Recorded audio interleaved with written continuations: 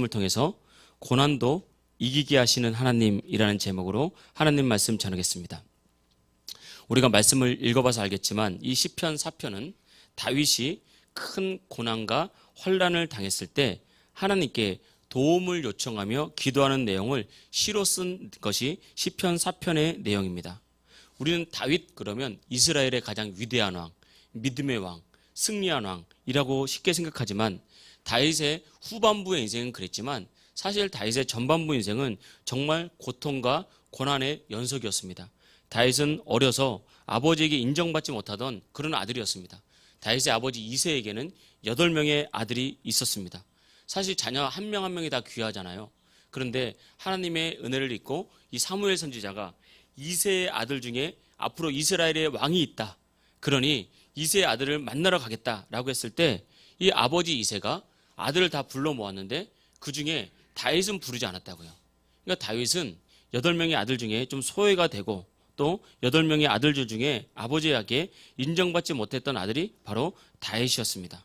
그만큼 다윗의 어린 시절은 썩 행복했다. 아니면 인정받는 어린 시절이었다. 그런 시절이 아닌 거죠. 오히려 그렇게 인생을 살다 보면 어린 시절은 사실은 불우하고 외롭고 또 공허한 어린 시절, 또 그렇게 청소년이 되면 또 부모님을 반항하고 또 하나님을 반항할 수 있는 그런 어린 시절을 보냈습니다. 그런데 다윗이 달랐던 것은 다윗은 그렇게 누군가에 대해서 원망하고 불평할 수 있는 그런 환경에서 자랐음에도 불구하고 다윗은 아버지를 원망하거나 그 상처에 눌린 인생이 아니었습니다. 오히려 다윗이 그렇게 쓰임받을 수 있었던 이유는 그렇게 불우하고 외로운 그 고난 중에 더 하나님을 의지하고 더 하나님과 동행하는 그런 어린 시절을 보냈습니다. 이후에 다윗이 골리앗을 무찌르고 이긴 다음에 이스라엘의 유명한 스타로 떠오르지 않았습니까? 그렇다고 해서 다윗의 인생이 잘 풀린 것이 아닙니다. 오히려 그때 사울왕은 다윗이 내 자리를 넘본다 그러면서 다윗을 죽이려고 해서 다윗은 장장 13년 동안을 집에서 살지도 못하고 그냥 도망자의 신세로 광야 곳곳에 다니면서 제대로 먹지도 못하고 자지도 못하고 조롱당하는 그런 인생을 13년 살았습니다. 그러면 많은 사람들이 시험 들고 하나님 믿어봐야 뭐 큰 의미가 없다. 왜 나는 예수님 믿고 하나님 믿고 믿음으로 사는데 왜 이렇게 큰 고난이 오냐? 믿지 않는 사람보다 더하다. 이렇게 하면서 시험에 들고 눌릴 수 있고 하나님을 원망할 수 있지만 다윗은 그 가운데서 그렇게 하지 않았습니다. 다윗은 오히려 광야에 도망하는 중에도 하나님을 묵상했고 또 하나님을 의지했고 하나님께 예배하는 그런 인생을 살면서 다윗은 철저하게 고난 중에 하나님을 의지하는 그런 인생을 살았습니다. 그래서 우리가 시편 23편에 보면 다윗이 하나님에 대해서 이렇게 고백하고 있다고요. 여호와는 나의 목자시니 내가 부족함이 없으리로다. 그러니까 다윗은 늘 하나님은 나의 삶의 모든 필요를 공급하시는 목자라고 생각하고 있었어요. 하나님은 나의 것을 뺏어가는 분, 나를 힘들게 하는 분, 나를 어렵게 하는 분, 그렇게 생각한 것이 아니라 그럼에도 불구하고 하나님이 있었기 때문에 내가 지금까지 살아왔습니다라고 고백하면서 나는 부족함이 없습니다. 하나님은 나에게 공급하시는 좋으신 분입니다. 그렇게 고백을 했다고요.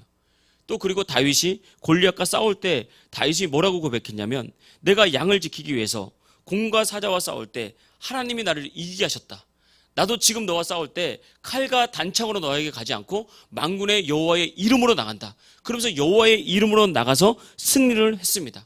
그러니까 다윗은 고난 중에 아픔 중에 또 어떤 싸움 중에 시험 중에 항상 주님과 동행하면서 그 고난을 넉넉히 이겨냈기 때문에 빛나는 왕이 되었고 하나님께 쓰임받는 인생이 된 것입니다. 우리도 마찬가지로 생각합니다.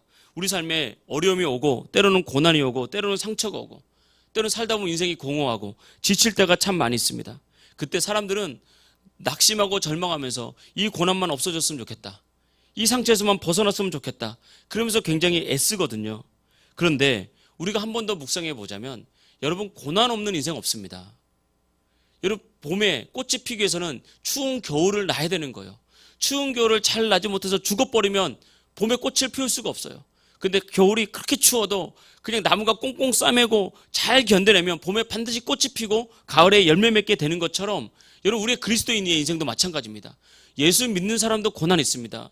원수 마귀가 이 세상 주인이기 때문에 이 세상 신이기 때문에 우리를 때로는 질병에 때로는 아픔에 때로는 상처에 때로는 어떤 실패 가운데 우리를 누를 때가 있다고요.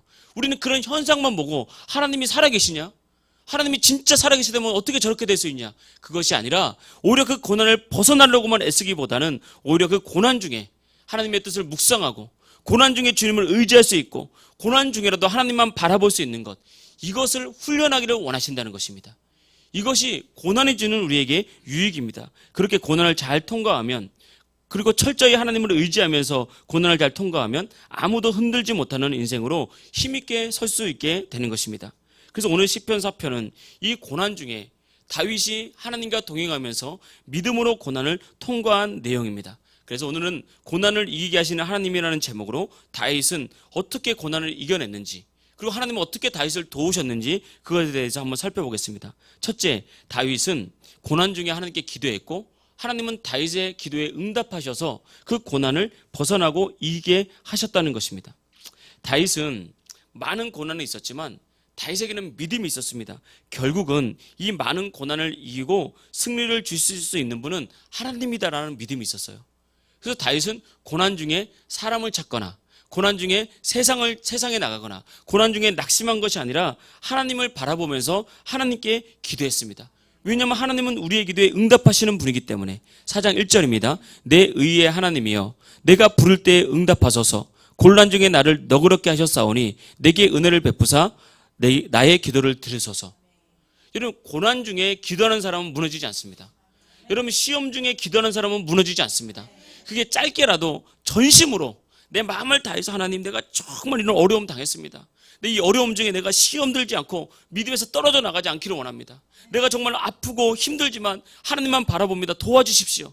이렇게 지금 내가 한 두세 마디 기도가 1분도 안 되잖아요. 근데 이 기도를 진심으로 드리고 이 기도를 반복만 해도 절대 시험 들지 않고 고난을 이겨냅니다. 근데 고난 중에 기도가 없으면요, 금방 시험 듭니다. 고난 중에 기도 없으면 이 상황이면 금방 하나님은 원망합니다. 금방 사람 원망하고 금방 시험 들고 금방 자기의 고난 가운데 파묻히게 되는 거예요. 근데 다윗이 있었던 것은, 고난을 이길 수 있다는 것은 하나님은 고난을 이기게 하시는 분임을 믿고 하나님께 부르짖어 기도했다는 것입니다. 그래서 기도하다 보면 때로는 하나님은 우리가 기도한 것보다 더 많은 것을 주시는 분입니다. 예레미야서 33장 3절은 이렇게 말했습니다. 너는 내게 부르짖으라 내가 응답하겠고. 그러니까 내가 부르짖는 것만 응답하는 것이 아니라 이후에 보면 내가 알지 못하는 크고 비밀한 일을 내게 보이리라. 그러니까 우리가 기도했을 때 하나님은 내가 기도한 것만 주는 것이 아니라 더 크고 비밀한 일까지 우리에게 보인다는 거예요. 그래서 기도하는 인생이 커집니다. 기도하는 인생이 하나님의 복이 많은 것이고 기도하는 인생이 더 크게 열린다는 것을 우리가 알아야 됩니다. 우리가 마태복음 7장에 예수님께서 이렇게 말했죠. 구하라, 찾으라, 두드리라. 연거푸 3번을 강조하면서 구하라, 찾으라, 두드리라. 기도하라는 거잖아요. 구하는 자는 얻게 될 것이요, 찾는 자는 찾아낼 것이요, 두드리는 자에게는 열릴 것이니라. 이 기도가 점점 더 확장되어 있습니다. 구하는 것은 내가 예를 들면 여러분에게 구한다고 하시죠. 여러분, 내가 장한정 집사님께 집사님 저 커피 한 잔만 사주십시오. 구하는 거잖아요. 근데 집사님이 안 사줘. 그럼 찾는 거예요. 집사님 사달라니까 왜 안 사줍니까? 라고 계속 집사님 찾는 거예요. 그래도 안 사줘요. 그럼 집사님 마음을 막 두드리는 거예요. 사달라니까요, 사달라니까요. 기도가 이렇게 확장돼 나가야 되는 거예요. 그러면 장 집사님이 안 사주겠습니까? 제가 싫어도 불쌍해서라도 안 사주겠습니까? 할렐루야. 사주죠. 아마 다음 주에 또 사줄 겁니다. 근데 기도가 이거예요, 기도가. 하나님은 우리 사랑하시고 우리 아버지 되잖아요. 하나님, 내가 이거 어렵습니다. 근데 응답이 없잖아요. 그럼 찾으세요, 하나님. 하나님, 내가 어려우니까 왜 안 도와주십니까? 도와주십시오. 그래도 안 도와주면 막 두드리라 이겁니다. 그럼 하나님께서 반드시 응답하시고 찾게 하시고 그 인생을 열어주시는 것입니다. 그래서 여러분, 우리 삶에, 여러분이 살아가는 삶에 문제가 있습니까? 낙심하거나 원망하거나 불평하거나 시험 들지 말고 하나님께 기도하십시오. 하나님 반드시 응답해 주십니다. 제가 어려서 자녀를 키울 때 저희 큰아이 작은아이가 정말 많이 아팠어요. 그러니까 큰 병이 아니라 뭐 호흡기 질환 이런 게 정말 많았다고요. 이 집에 막 습기가 엄청 차면 겨울 같은 때는 보일러 틀고 그러면 집 문 딱 들고 딱 열고 들어가면 벌써 곰팡이 냄새가 어른인데 확 찌릅니다. 그런 집에 살다 보니까 늘 아팠다고요. 그래가지고 한 달이 멀다고 늘 사모님이 애들 업고 하나는 손잡고 늘 병원에, 동네 병원에 다녔습니다. 늘 동네 병원에 다니면서 우리가 기도했던 것은 뭐냐면 이건 자라나는 과정이다. 여러분, 애들 다 자랄 때 다 아파요. 한 번도 안 아프고 자란 애들이 어디 있습니까? 특히 어린애들 다 어린이집 가고 또 유치원 가고 이러면요 더 아파요. 애들이 모이기 때문에. 그러면서 하나님 이건 자라나는 과정이고 누구나 아플 수 있고 또 아파야 면역력도 커지고 어렸을 때. 그러니까 하나님 우리가 지치지 않도록 도와주세요. 하나님 실망하지 않도록 도와주세요. 오히려 더 건강할 줄 믿습니다. 그렇게 지냈습니다. 그러니까 문제가 있으면 단순하게 기도하면 돼요. 시험에 될 필요도 없고 누군가를 원망할 필요도 없는 겁니다. 기도하면 응답해 주십니다. 그럼 질병이 있습니까? 이미 말했지만 질병도 마찬가지예요. 여러분 우리는 병원도 다니고 의사 약도 먹습니다. 그것이 이 세상을 살아가는 그리스도인이라면 당연히 상식적인 것입니다. 그러나 그럼에도 불구하고 치료의 근원은 하나님께 있다는 것을 알고 우리가 기도하는 거죠. 하나님 내가 이 약을 먹으니까 약 잘 들게 해주세요. 그럼 하나님 역사하셔서 열흘치 먹을 거 일주일이면 낫게 한다니까요. 그 안에 하나님의 은혜가 있고 더 심하게는 우리가 약을 먹지 않고도 나을 수 있도록 또는 더 하나님의 큰 은혜가 있을 때는 수술받지 않고도 나을 수 있도록 하나님 우리의 기도에 응답해 주십니다. 때로는 살다 보면 감사가 사라지고 불평이 생길 때가 있어요. 자꾸 매사가 불평 불만이 가득해요. 뾰족해서 한마디 하면 그냥 거기에다 막 찌르고 짜증이 나고 그때 기도해 보십시오. 하나님 내가 왜 이렇게 불평 불만이 많은지 모르겠습니다. 지금 나 때문에 우리 가족이 너무 힘들고 나 때문에 내 주변 사람들이 너무 힘든데 내가 이렇게 못난 인생입니까? 하나님 도와주십시오라 그러면 불평 불만 걷어주시고 우리에게 감사를 허락해 주신다는 거예요. 그래서 진짜 예수님 믿으면 인생이 바뀌는 거예요. 경상도 말로 소갈딱지라는 게 있어요. 소갈딱지. 그러니까 서울 말로 승질머리. 예수님 진짜 제대로 만나면 승질머리가 바뀐다는 거예요. 사람이 다 이 승질머리가 있어가지고요. 특별히 승질이 날카로운 사람들은 막 옆 사람 불편하게 하고 조금만 하면 막 이렇게 눈치 주고 이런 사람이 있거든요. 진짜 예수님 만나야 됩니다. 아직까지 예수님 제대로 못 만난 거예요. 진짜 예수님 만나면 그 성질머리가 바뀌면서 온유한 사람으로 다른 사람 편안하게 하는 사람으로 살리는 사람으로 변화되는 거예요. 그게 기쁜 사람으로 변화됩니다. 언제? 기도할 때. 우리가 살다 보면 평안과 기쁨이 없고 염려가 있을 때가 있습니다. 그러면 그때 어떻게 되냐? 주님께 기도하십시오. 그럼 주님께서 염려와 그 염려를 가져가시고 우리의 평안과 기쁨을 주신 겁니다. 제가 한동안 기도할 때 분명히 열심히 기도하는데 기도하고 나면 그 어떤 목사님들 흔히 하는 설교처럼 기도하고 세상 살다 보면 똑같은 걸로 나도 모르게 근심하고 있어요. 분명히 기도했는데 막 똑같은 걸로 또 나도 불안해하고 걱정하고 있어요.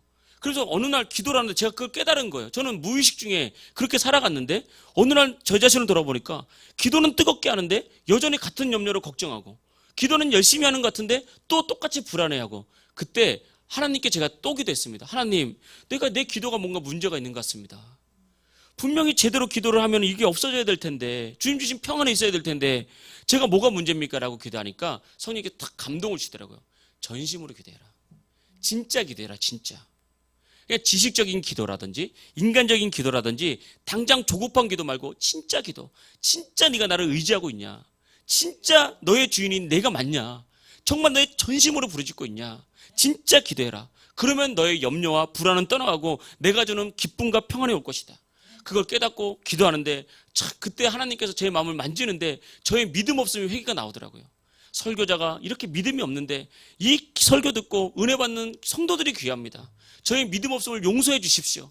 그러면서 오히려 그런 깊은 기도가 되고 정말 믿음이 나오니까 진짜 염려가 사라지고 불안이 사라지면서 평안과 기쁨이 오더라 이것입니다. 그러니까 답은 기도에 있다는 것입니다. 다윗도 고난 중에 기도했을 때 어떤 결과가 있었습니까? 3절 후반절에 보니까 내가 그를 부를 때 여호와께서 들으신다. 이건 단지 듣는다는 게 아니라 응답해 주신다. 주님께서 역사하신다. 이런 고백을 하고 있는 것입니다. 유명한 구절이죠. 야고보 사도도 야고보서 5장 13절에 그렇게 말했습니다. 너희 중에 고난당하는 자가 있느냐? 저는 뭐 하라고요? 기도할 것이요. 고난당할 때는 기도하라는 겁니다. 거창한 기도, 뭐 큰 기도가 아니라 정말 나 힘드니까 도와주세요. 나 어려우니까 도와주세요. 아버지! 이렇게 주님의 이름을 부르면 주님께서 도와주신다는 것입니다. 그래서 언제나 고난도 기도로 연결시키면 감사한 일이 되고 언제나 아픔도 기도로 연결시키면 승리하는 그런 인생 되기를 원합니다. 근데 기도할 때 우리가 누가 기도하느냐? 기도의 맛을 아는 사람이 기도해야 됩니다. 우리가 고기를 먹어보면요. 어떤 사람은 돼지고기를 좋아하고 어떤 사람은 소고기를 좋아해요. 저는 개인적으로 소고기보다 돼지고기를 더 좋아합니다. 소고기는 한 두어 점 먹으면 막 느끼하죠. 막 기름기가 돌아서 막 느끼해요. 그런데 사람마다 근데 다 식성이 틀리거든요. 그런데 왜 소고기를 더 좋아합니까? 소고기 맛을 아는 사람이 소고기를 더 좋아하는 거고 돼지고기 맛을 아는 사람이 돼지고기를 더 좋아하는 거예요. 맛을 알아야 자꾸 가요. 그래서 내가 그 집에서 정말 맛있는 음식 먹었다, 너무 맛있다, 그럼 자꾸 가게 되는 거죠. 기도도 마찬가지입니다. 신앙생활도 마찬가지입니다. 누가 예배하냐? 예배의 맛을 아는 사람. 누가 기도하냐? 기도의 맛을 아는 사람. 기도했더니 하나님께서 응답해 주시고, 기도했더니 염려가 사라지고, 기도했더니 삶이 열리는 것을 경험하면서, 야, 기도가 이런 놀라운 영적인 맛이 있구나라고 깨달은 그 사람이 기도하게 되는 것입니다. 근데 기도의 맛을 어떻게 할 수 있느냐? 첫째는 여러분 성령 받아야 됩니다. 성령 받으면 기도가 그냥 열려요. 이게 참 놀라운 겁니다. 기도가 안 되다가도 막 하려고 해도 안 돼도 기도를 막 더 하려고 노력하면 괴롭거든요, 사람이. 그런데 내가 정말 은혜 받고 주님의 은혜가 나를 덮고 성령 충만 받으면 나도 모르게 기도가 막 나오기 시작해요. 그래서 기도라는 것은 엄밀하게 보면 잘하고 못하는 게 없잖아요. 나의 전심을 믿음으로 주님께 고백하는 거예요. 이것이 기도인데 성령 충만 받으면 정말 기도가 되는 것입니다. 그래서 성령 받지 못하면 1분 기도해도 1시간 지난 것 같고 10분 기도하면 하루가 지난 것 같아요. 성령 받지 못하고 기도하면 10분 기도를 하는데 그 막 보니까 한 20, 30분 지난 것 같은데 3분, 2, 3분밖에 안 지났어요. 이렇게 됩니다. 그런데 반대로 성령 받으면요, 한 10분 기도하는데 30분 지난 것 같고 한 20분 기도하는데 1시간 지나가는 거예요. 이게 기쁨이 있는 것, 맛을 아는 것. 모두 세상살이가 다 그렇잖아요. 내가 운동을 좋아하면, 그 운동 너무 좋아하면 잠깐 친 가는데 2-3시간이 그냥 가 있는 거예요. 내가 어떤 사람을 너무 좋아하면 만나서 잠깐 만난 것 같은데 2-3시간이 그냥 지나간 것처럼 기도의 맛을 알고 성령 받으면 기도가 열리는 것입니다. 두 번째, 기도의 맛을 알기 위해서는 훈련해야 됩니다. 훈련. 기도를 자꾸 훈련하는 거예요. 우리가 세상 일도 안 된다고 안 하면 아무것도 안 됩니다. 근데 이게 정말 중요한 거니까 꼭 해야지라고 하기 시작해서 자꾸 훈련하면 맛을 알게 되고 그게 늘어요. 그래서 목표를 정하는 거예요. 나는 정말 기도가 부족한 사람이니까 거창하게 생각하지 말고 5분만 기도하죠. 5분만.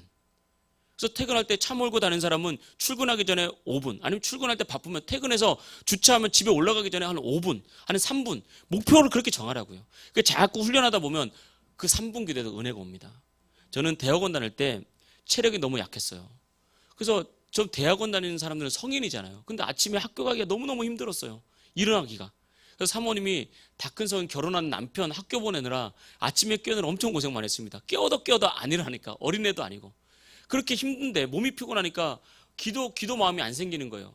그래서 제가 작정을 했습니다. 제가 학교를 가려면 신림역까지 버스를 한 20-30분 타고 가고, 신림역에서 서대문역까지 가려면 전철을 1시간 넘게 더 타고 가야 돼요. 그래서 내가 이 버스 안이나 전철 안에서 기도해야지 라고 다른 기도하지 않고, 나는 이번에는 주기도문과 갈 때는 주기도문, 올 때는 사도신경을 깊이 있게 이렇게 고백하면서 와야 되겠다. 그런데 하나님 그것도 은혜 주시더라고요. 어느 날 하나님께서 일용할 양식을 주시옵고 하는데 그 일용할 양식을 딱 주시는데, 하나님께서 나의 목회의 길을 책임주겠구나라는 은혜가 딱 오는데 막 전철에서 눈물이 막 쏟아지는데 주체할 수 없을 정도로 하나님께서 짧은 기도 응답해 주십니다. 우리의 전심을 담고 마음을 담고 믿고 기도하면.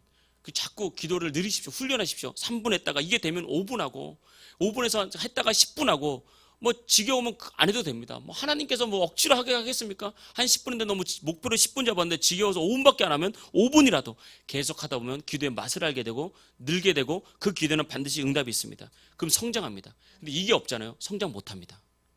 훈련하지 않으면 어떤 일도 성장할 수 없는 것처럼 기도에 훈련을 하십시오. 그러면 반드시 주님 역사하시고, 우린 기도를 통해서 모든 고난 가운데서 이겨내고, 또 하나님이 우리의 기도를 응답하셔서 우리의 고난을 이기게 하실 줄 믿습니다.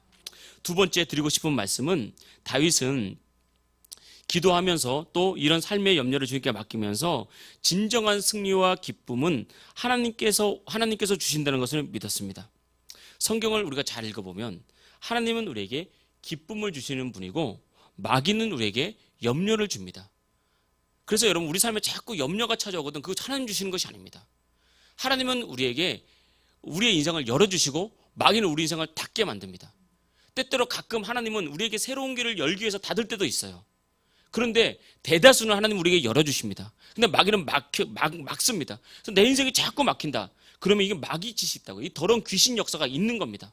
그래서 하나님 우리에게 기쁨을 주시고 마귀는 우리에게 슬픔을 줍니다. 그리고 우리가 고난이라는 것은 사실 인생이 닫혔다는 것이고, 슬프다는 것이고, 또 고난인 것은 우리가 염려가 있다는 거잖아요. 그때 다윗은 이런 진짜 기쁨, 진짜 은혜, 이건 하나님께 있다는 것을 알고 하나님께 기도할 때 뭐라고 기도를 했냐면 7절 말씀 4장 7절입니다. 이렇게 기도했습니다. 주께서 내 마음에 두신 기쁨은 그들의 곡식과 새 포도주가 풍성할 때보다 더하니이다. 그러니까 곡식이 많고 풍성하고 포도주가 풍성하고 내가 가진 것이 많고 누릴 게 많고 그런 환경과 관계없다는 거예요. 하나님께 나에게 주신 기쁨은. 이게 진짜입니다. 이게 진짜. 우리가 신앙생활 할 때 진짜 예수님 믿잖아요. 진짜 예수님 만나고 성령 체험하잖아요. 그럼 그 안에 자유와 기쁨이 있습니다. 근데 어떻게 된 게 우리가 예수님 제대로 못 믿기 때문에 예수님 믿으면 믿을수록 자유를 뺏겨요. 사람들이. 예수님 믿으면 믿을수록 막 답답해요. 견딜 수 없이 답답해하고 뭔가 얽매인 것처럼. 예수님 진짜 못 믿어서 그렇습니다. 예수님 진짜 믿으면요 정말 자유가 온다니까요. 그 안에서 나에게 주신 자유가 얼마나 크고 얼마나 놀라운지 내 인생에 날아갈 듯한 자유가 있습니다. 나를 얽매이는 것이 아니라 하나님께서 나에게 주신 자유를 누리게 되고 정말 예수님 진짜 믿으면 상황과 관계없이 내 마음에 두신 기쁨과 평안이 우리 속에 있게 되는 것입니다. 다윗이 그러잖아요. 너희들 곡식 많지? 새 포도주 너무 풍성하지? 그런데 내 마음에 주신 하나님의 기쁨은 그것과 비교할 수 없을 만큼 더 크다. 그렇게 고백하고 있는 것입니다. 근데 이것이 어디에서부터 나옵니까? 여호와의 얼굴을 볼 때 6절입니다. 여러 사람의 말로 우리에게 선을 보일 자 누구냐 하오니 여호와여 주의 얼굴을 들어 우리에게 비추소서. 주님의 얼굴이 비칠 때, 다시 말하면 이것은 주님을 만날 때, 하늘의 은혜가 임할 때, 다시 말하면 내가 성령 받을 때 이런 모든 것들을 넉넉하게 이길 수 있다라고 말을 한 것입니다. 여러분 우리가 알아야 될 것은 상황에서 시작된 기쁨은 항상 가변적입니다. 항상 변합니다. 그래서 우리 인생이라는 것이 그렇습니다. 사람 안에 있는 욕심은 끝이 없기 때문에 어제 좋았던 것이 오늘 싫어질 때가 너무 많습니다. 참 신기하지 않습니까? 어제는 너무너무 좋았어요. 그런데 내일은 싫어져요. 그게. 그런 게 너무너무 많습니다. 왜 그러지 않아요? 우리가 결혼한 부부가 서로 얘기를 할 때 그런 얘기 많이 하더라고요. 내가 매력이라고 느껴서 저 사람을 좋아했는데 막상 결혼해서 보니까 그 매력이 정말 가장 힘든 단점이다. 이렇게 말한 경우가 참 많다고요. 근데 그게 합이 맞는 거예요. 하나는 뾰족해야 되고 하나는 움푹 들어가야 돼요. 그래야 맞춰지지. 둘 다 움푹 들어가 보십시오. 인생에 재미가 없어요. 둘 다 뾰족해 보십시오. 맨날 싸워요. 이게 맞아요. 성격의 반대가 오히려 맞습니다. 그런데 사람은 다 자기 중심적이고 욕심이 많기 때문에 항상 그것으로 만족이 안 된다는 거예요. 세상 것으로 만족이 안 됩니다. 가지면 더 가지고 싶은 것이 사람의 마음이고 누리면 더 누리고 싶은 것이 사람의 마음이에요. 진짜 그렇습니다. 이게 그래서 속담을 만들어냈잖아요. 뭐라고 만들었습니까? 넓은 집 살다가 좁은 집 못 산다는 거예요. 좋은 차 타다가 더 작은 차 나쁜 차 못 탄다는 거예요. 근데 이게 진짜 많습니다. 맞아요. 사업을 하다가 망한 사람들이 검소하게 살 것 같죠? 아니요. 큰 사업하다 망한 사람들은 검소하게 못 삽니다.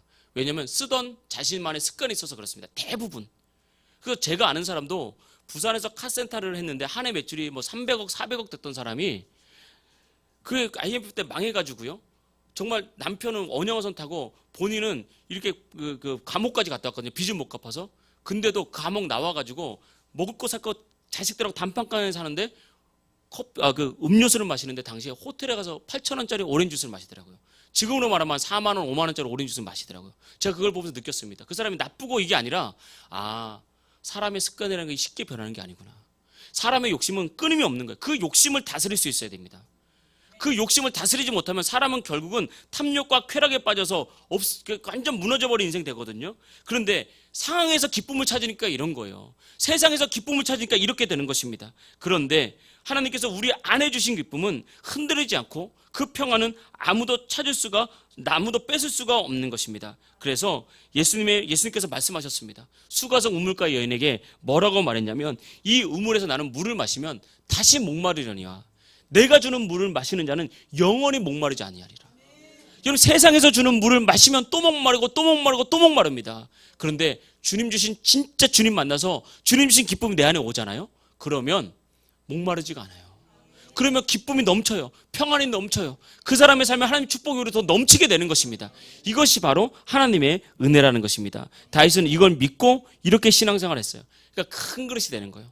그러니까 자신의 욕심에 빠지지 않고 하나님을 믿고 하나님의 기쁨을 찾으니까 점점 큰 그릇이 돼서 큰 축복을 받게 되었다는 것입니다. 여러분 하나님께서 우리에게 주신 기쁨은 절대 빼앗기지 않습니다. 여러분 꼭 명심하십시오. 여러분이 어디를 가든지 무슨 일을 하든지 무슨 일을 당하든지 하나님은 저와 여러분을 떠나지 않습니다. 예수 이름을 부르기만 하면, 그 은혜를 찾기만 하면 주님 우리를 도와주실 줄 믿습니다. 세 번째, 우리가 고난을 이기기 위해서 다윗이 했던 일은 예배를 했다는 것입니다. 다윗은 이 고난 중에 하나님께 전심으로 기도하고 그 기쁨이 하나님께 있다는 것을 알 때 어떤 일을 했냐? 5절입니다. 의의 제사를 드리고 여호와를 의지할지어다. 제사, 의의 제사, 이게 의의 예배, 하나님을 찾는 예배. 다윗은 예배자였다는 거예요. 우리가 다윗에게 배울 수 있는 너무너무 중요한 것입니다. 여러분, 예배는 하늘의 도움과 하늘의 지혜를 받는 최고의 자리입니다. 최고의 자리. 그래서 예배에 나올 때는 이 은혜를 사모하면서 전심으로 나오는 자는 그 최고의 은혜를 반드시 받게 됩니다. 하나님 차별이 없습니다. 하나님을 사모하는 자에게는 한없이 은혜와 그 축복을 부어주시는 것입니다. 그래서 여러분, 우리 인생이란 게 정말 그렇습니다. 예배가 살아있으면 그 인생 반드시 이깁니다. 그런데 아무리 큰 소리 쳐도 예배가 죽어있잖아요. 내 예배 가운데 찬양의 감동이 없어. 예배 가운데 말씀의 깨달음이 없어. 예배 가운데 기도가 안 돼. 그 인생 영혼이 벌써 병든 거예요. 그 영혼은 메마르다가 원수박이가 그 영혼 탁 잡고요, 시험거리에 그냥 불면서 던져버립니다. 시험 탁 들어버리는 거예요. 그런데 예배가 살아있는 사람은 시험 안 됩니다. 세상이 어떻게 돌아가도 시험이 안 들어요. 예배 가운데 하나님의 은혜가 있는 사람들은 내 눈에 어떤 것이 보여도 그 기쁜 건물 빼앗기지 않습니다. 이게 예배고, 어떤 문제가 다가와도 예배 드려서 하늘의 은혜를 입은 자는 그 문제를 넉넉히 정복하게 되는 것입니다. 이것이 주님께서 우리에게 원하는 거예요. 그래서 여러분, 저도 목회하다 보니까, 저도 목회가 한 20년 가까이 되는데요, 진짜 예배를 제대로 드리는 성도치고 무너지는 성도 본 적이 없습니다. 진짜 힘들고 가난하고 아무것도 없었어도 예배에 목숨 건 사람은 결국은 일어나더라고요. 근데 많은 것을 가지고 있어도 예배에 실패한 사람은 나중에는 신앙에 실패하게 되고요, 더 이후에 가면 인생이 메말라요. 가진 것은 많을지 모릅니다. 근데 그 인생이 메마르고, 그가 있는 가정이 메마르고 인생이 메마르는 것을 많이 봤습니다. 지금 예배를 살려 해서 여러분 인생에 생기가 있게 하시고, 예배를 통해서 하나님의 생명을 충만히 받으시길 주의 이름으로 진심으로 축복합니다. 마지막 네 번째는 여러분의 인생을 주님께 맡기는 것. 다윗도 하나님께 맡길 때 하나님께서 고난을 이기게 하셨다라고 성경이 말을 하고 있습니다. 우리가 철저히 예배하고 주님을 의지하되, 문제는 어떻게 되냐? 문제는 내 힘으로 안 되는 일을 만났을 때는 그것을 주님께 맡기는 것이 가장 좋은 길이고 가장 빠른 길이라는 것을 우리가 알아야 됩니다. 주님께 맡기면 주님께서 우리의 마음을 만진다니까요.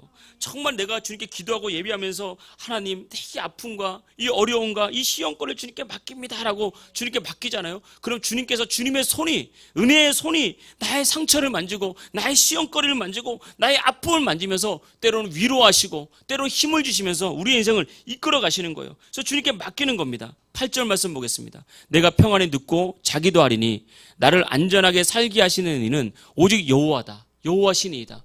어차피 나를 안전하게 살게 하시는 분은 하나님이니까 나의 문제를 하나님께 맡기고 나는 평안히 눕고 평안히 자겠습니다. 이렇게 고백하고 있는 거예요. 이런 고난 중에는 잠이 안 오는 게 정상입니다. 환난 중에는 불면증에 시달리는 게 정상이에요. 자고 싶은데 잠이 오지 않아서 고난당하는 거예요. 그런데 하나님께 맡기니까 하나님의 임재 가운데 평안하게 눕고 잔다. 하나님의 은혜가 임했다라고 그렇게 말을 하고 있는 것입니다. 여러분, 사람이 인생을 성공하기 위해서는 꼭 기억해야 될 것은, 항상 사람에게는 한계가 있다는 것을 잊지 말아야 됩니다. 능력의 한계, 육체의 한계, 내 마음의 한계, 그 한계가 있습니다. 왜 사람이 무너지냐? 내가 할 수 없는 걸 자꾸 하려고 하니까 무너지는 거예요. 육체가 무너지고 병이 들어요. 내가 할 수 없는 일들을 자꾸 해나가다 보면, 또 육체 한계를 내가 막 내 마음으로 넘어서려고 그러면 마음에 우울이 찾아옵니다. 불안이 찾아옵니다. 그게 무너지는 거예요. 내가 할 수 없는 거 자꾸 하다가 육체 무너지고 마음 무너지면요, 신앙 다 무너집니다. 예배 다 무너져요. 다 깨져버려요. 그러다가 인생 다 무너집니다. 항상 나의 한계를 인식하십시오. 그래서 내가 할 수 없는 문제를 내가 억지로 하려고 하지 말고 하나님께 맡기십시오. 하나님은 나의 마음과 나의 문제를 아십니다. 근데 여기서 중요한 것이 뭐냐면, 하나님께 맡기는 것이 무엇입니까? 많은 사람들은 하나님께 맡겼으니까 나는 아무것도 안 해도 된다라고 생각을 하는데, 이건 맡긴 게 아니라 무책임한 거예요. 하나님께 맡겼으니까 아무것도 안 해. 이건 무책임한 겁니다. 문제는 하나님께 맡기고 나는 기도하고, 문제는 하나님께 맡기고 나는 예배하고, 문제는 하나님께 맡기고 나는 순종하고, 그게 맡기는 거예요. 그러면 그냥 나는 내일 했을 뿐인데 그 문제를 주님께서 해결해 주시더라, 이것입니다. 그래서 여러분, 베드로전서 5장 7절에서 베드로는 말했습니다. 너희 염려를 다 주께 맡기라. 이는 주께서 너희를 돌보심이라. 돌보심이라. 이것이 중요합니다. 이게 성공하는 비결이에요. 우리가 전도하잖아요. 전도를 할 때 제일 전도하기 어려운 사람이 누굽니까? 남편의 남편, 아내, 부모, 자식. 전도하기 제일 힘든 사람입니다. 나의 부족함과 나의 약점을 제일 많이 알거든요. 전도하면 야 너처럼 살 것 같으면야 내가 그냥 차라리 그냥 절에 가겠다. 절에 안녕히 가십시오. 그럴 수도 없잖아요. 그러니까 우리의 약점을 다 잘 알고 있잖아요. 그 전도하기 어렵거든요. 그러니까 그런데도 불구하고 자꾸 내가 내 힘으로 막 전도하려고 그러면 맨날 싸워. 그 싸우면 절대 못 이깁니다. 세상에서 싸워서 이길 수 있는 것은 아무것도 없습니다. 하나님께 맡기십시오. 오히려 밥 잘 차려주고, 예? 오히려 그냥 예배 나는 예배 잘 드리고 밥 잘 차려주고 끝나고 비유 잘 맞춰주고 나의 변한 모습을 보여주는 게 훨씬 더 낫습니다. 중요한 것은 그냥 주님께 맡기고 남편 그냥 심지어 아내라고 치면 그래 네가 지옥 가지 내가 지옥 가냐 그러면서 하나님께 맡기고 남편은 안에서 간절히 기도해 주면서 나는 충성되게 주님 섬기면 됩니다. 내가 남편을 핸들링 하려고 그러잖아요. 맨날 싸워요. 가정 불행해집니다. 그거 하나님 원하지 않습니다. 자녀도 마찬가지입니다. 품 안의 자식이잖아요. 품 안에 있을 때는 다 내 뜻대로 됩니다. 근데 이제 품 밖을 벗어날 때가 되잖아요. 성장하잖아요. 그러면 내 뜻대로 하려고 그러면 불행해져요. 그때는 부모가 더 불행해집니다. 부모가 더 불행해져요. 어떻게 되죠? 하나님께 맡겨요. 그래 네 인생이니까. 중요한 것은 그것만 알려주세요. 너 안에 계신 성령님께서 너를 어떻게 인도하시는지 잘 귀를 기울여서 그 길 가라. 그 길. 자꾸 성령님의 인도를 받도록 인도해주면 됩니다. 여러분 직장도 마찬가지입니다. 사업도 마찬가지입니다. 내 뜻대로만 되면 망할 사람이 누가 있고 내 뜻대로만 되면 실패할 사람이 누가 있어요. 내 뜻대로 되면 참 감사한데 안 될 때가 있다고요. 그때 어떻게 하죠? 맡기는 거예요. 맡기고 기도하고 맡기고 예배하고 맡기고 순종하면 하나님께서 확 열어주시면요.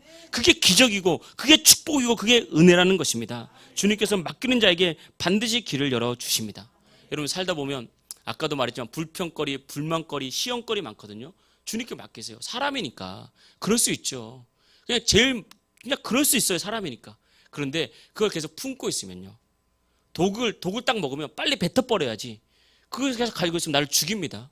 그걸 빨리 회개하고 빨리 뱉고 은혜 받아야지 회복되지. 그런 것들을 갖고 있으면 결국 내 신앙 죽습니다. 그러니까 그런 것들 시험거리가 올 때도 하나님께 엎드려 기도하십시오. 그럼 염려를 주님께 맡기십시오. 그럼 주님께서 우리 삶을 인도하시지 믿습니다. 하나님은 고난에서 우리를 건지시는 분이고 고난에서 우리를 승리케 하시는 분입니다. 이런 은혜가 저와 여러분에게 가득해서 승리의 간증과 승리의 어떤 기적과 축복이 여러분 삶에 넘치기를 주의 이름으로 축복합니다. 할렐루야.